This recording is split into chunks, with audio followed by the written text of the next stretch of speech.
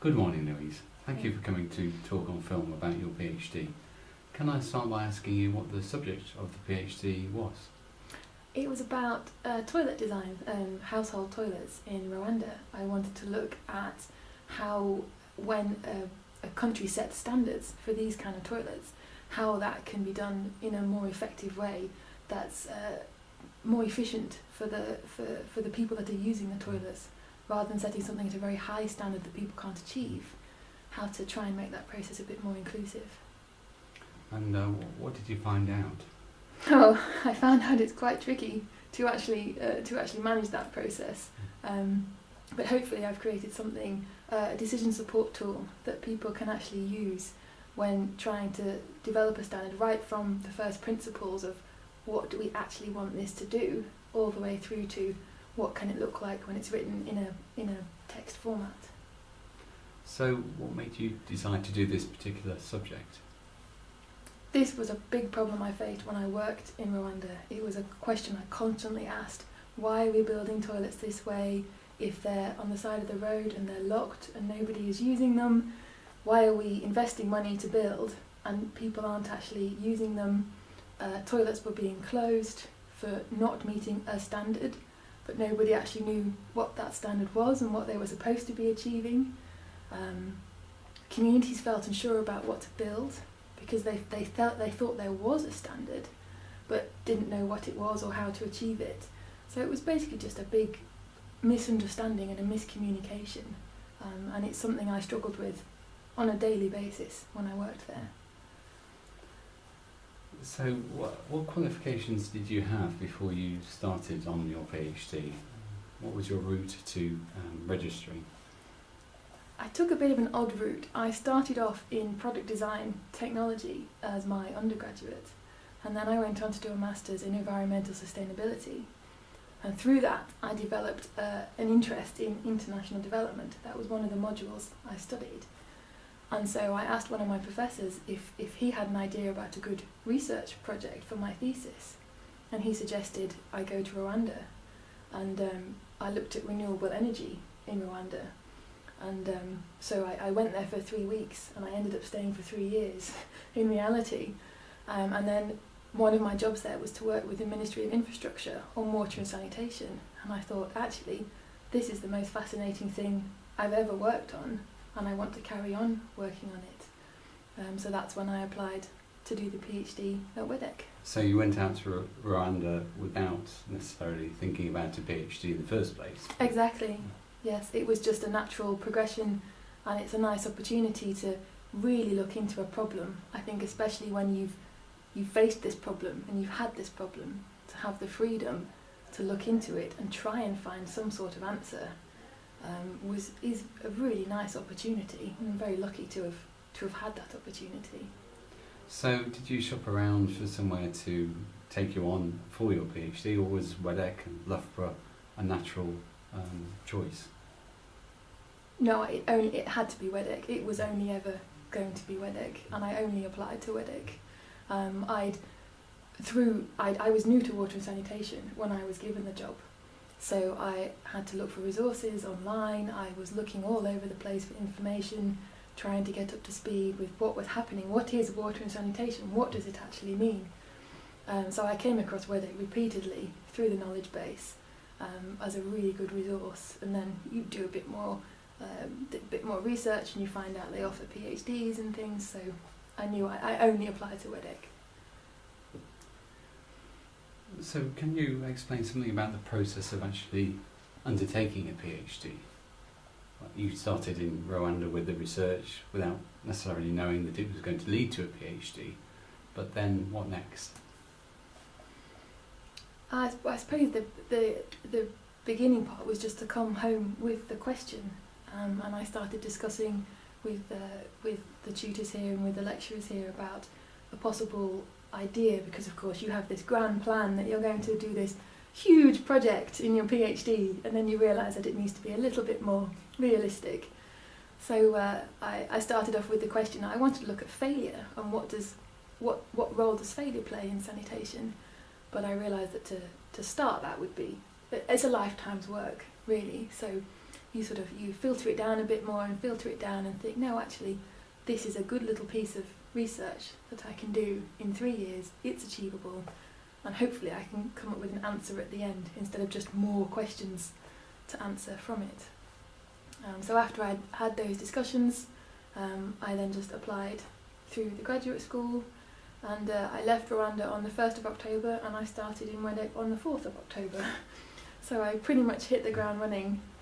So you had a lot of reading to do, and so what were your methods that you actually employed when you came back to WEDC? I had to read my full literature review I needed to do, because I knew the Rwandan situation, but I needed to broaden that out to understand if it was typical or if it was very different to what else was happening. And I had experience using qualitative methods before, but I wanted to try and explore to see if there were any other options I could use. So yes, a lot of time spent reading about possible methods, and in the end I used something called the Delphi method, which was fascinating. You get a group of experts together to sort of whittle down responses and what they think is a good way forward, and it's all anonymous. So the nice thing about my research was I could have community health workers as experts in their field and ministers as experts in their field, all contributing to the same piece of research.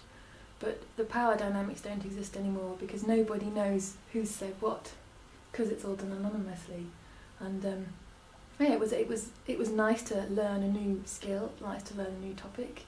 It's not commonly used in the WASH sector, so it was nice to prove that it can be used, and it can be used at a sort of quite a basic level. You don't need very high-tech computational statistical packages to analyse the results.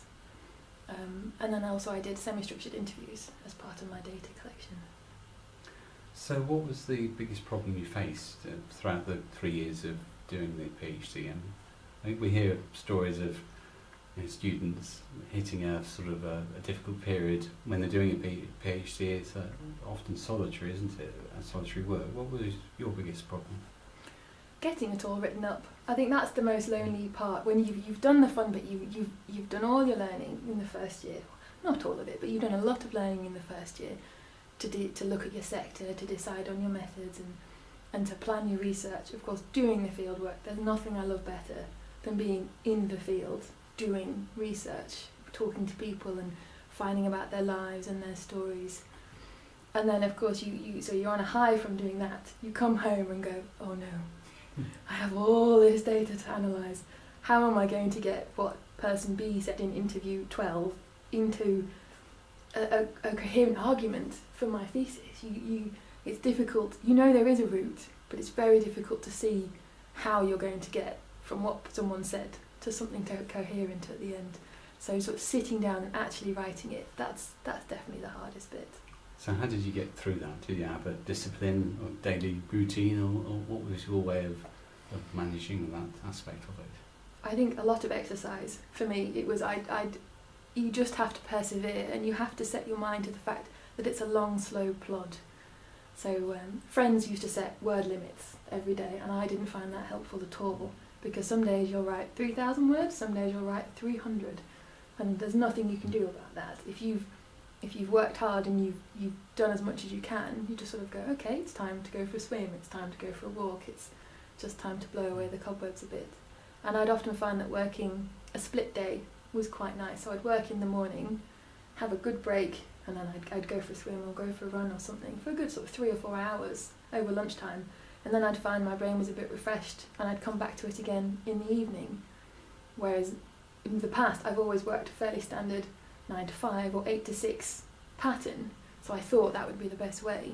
But actually this sort of burst, break, burst worked much better for me when actually writing it up. So what facilities did you benefit from by doing this phase of the research at WEDC and at Loughborough? Mainly the people. I didn't need lab equipment. I know that there are great facilities here.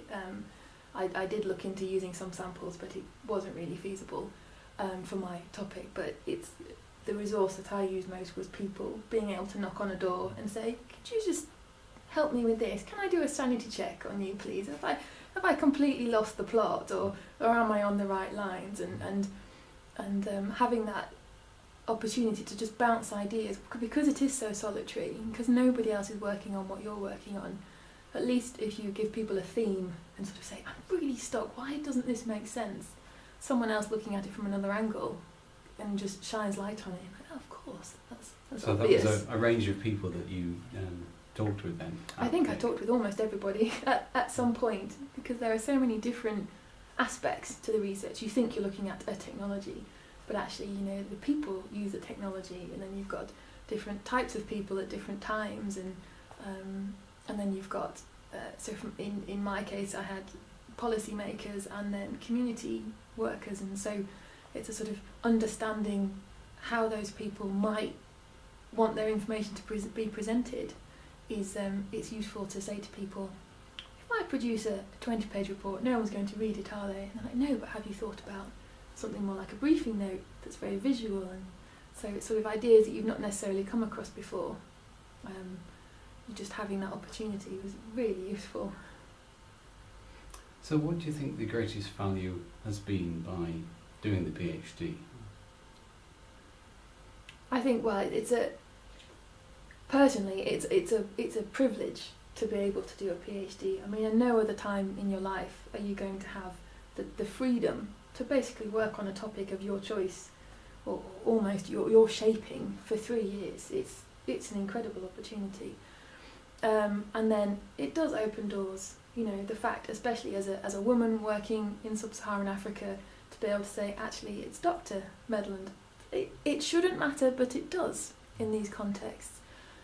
Especially if you're a bit younger, you know, it helps add a little bit of status and a little bit of kudos, and people respect a PhD anywhere in the world. They know what you've gone through, they know what kind of training you've done in terms of the research and the quality and the ethics.